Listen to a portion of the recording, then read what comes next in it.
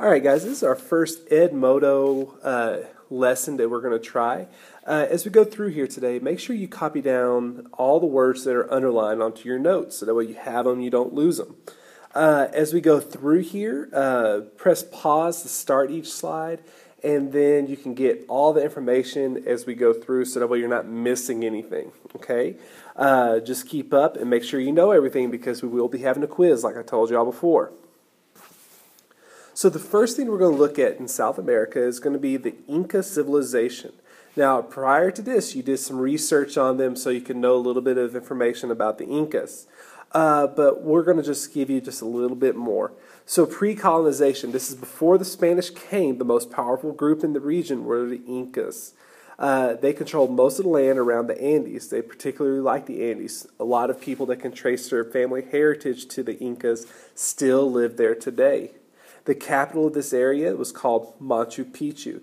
This is a picture of Machu Picchu. You can still travel and see it today.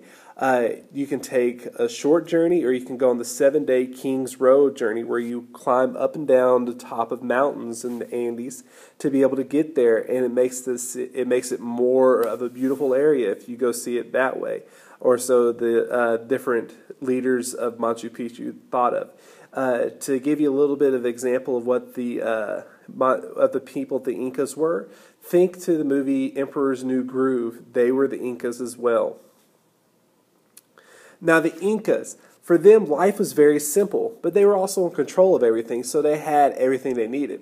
Some of the stone structures from Machu Picchu that you see behind this gentleman, they're actually brought from the bottom of the mountain and dragged all the way up. The reason they were able to do this is because they controlled all the other groups like slaves, and they used them to build the great sites of Machu Picchu. So they were a very powerful group. Now, in 1492, the Spanish started coming into this area. They started searching in the Caribbean and Central America. Think of Christopher Columbus. But the Spanish and the Portuguese, they're like cousins, okay? They live next door to each other. If you look at a map of where Spain and Portugal are, literally they share the same peninsula. They're not very good friends. A lot of times they were fighting. And in 1494, the Pope decided to try to stop all the fighting. He instituted this thing called the Treaty of Tordesillas, which was made between the Spanish and the Portuguese. It split the New World in between the two countries. So basically, where you see that red line on this picture, it's going to split the world. All the parts to the left of it are Spain. All the parts to the right of it are Portugal. Now you can see, overall, Portugal gets very little area. And that's because over in the Asian areas, they'd already conquered a lot of that territory. And so they had a lot of territory to begin with. So Spain is going to control most of this area. So think back logically. What language does that mean they're going to speak? That's right, Spanish. And in Brazil, they're controlled by Portugal, and so that means they're probably going to speak the language of the Portuguese.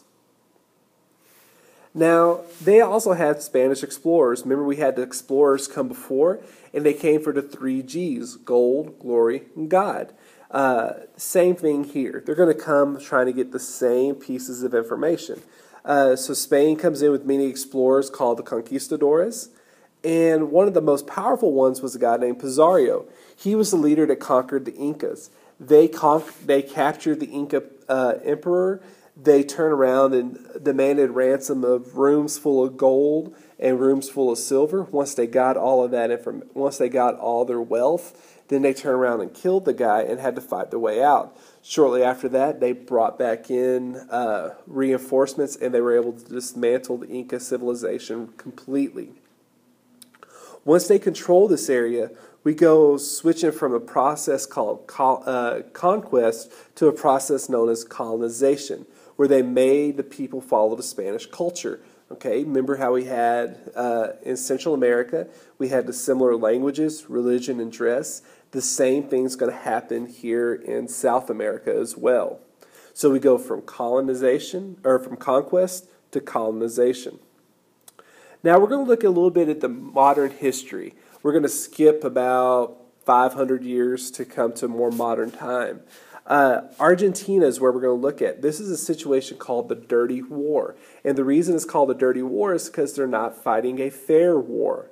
So Argentina is going to be this country that's ruled by a military junta in between the years of the 70s and the 80s. So for about 15 years, they're going to be under control of this junta.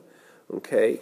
The people had all their rights taken away. You speak out against the government, you could go to jail or be executed. You do anything that's considered against the government. You protest.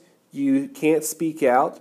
And if you demand the government to give you safety or protection, they're all going to be taken away. And so it's very, very terrible situation. Those people that did speak out, they were, quote unquote, disappearing. What would happen is in the middle of the night, the military would come in, they would take you away, they would work you in a prison camp, or they would execute you pretty closely on the spot.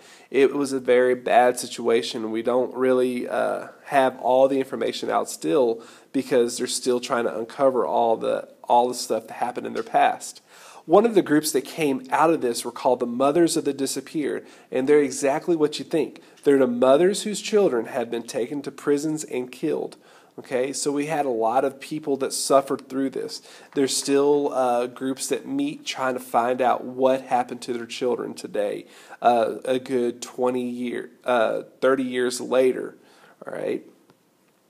But today, Argentina is a lot better. The government is now a democracy. The situation changed completely.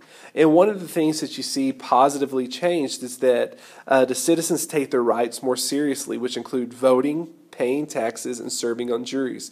Things Americans don't necessarily take for granted and don't see those as privileges. The people of Argentina do see them as a privilege, okay? So once you finish with that, you need to bring it up to me, make sure we get it taken care of. If you don't finish today, you need to finish it for homework tonight. Remember, you can come in during homeroom if you need to, okay? Any questions, just come and ask. I hope you have a good day.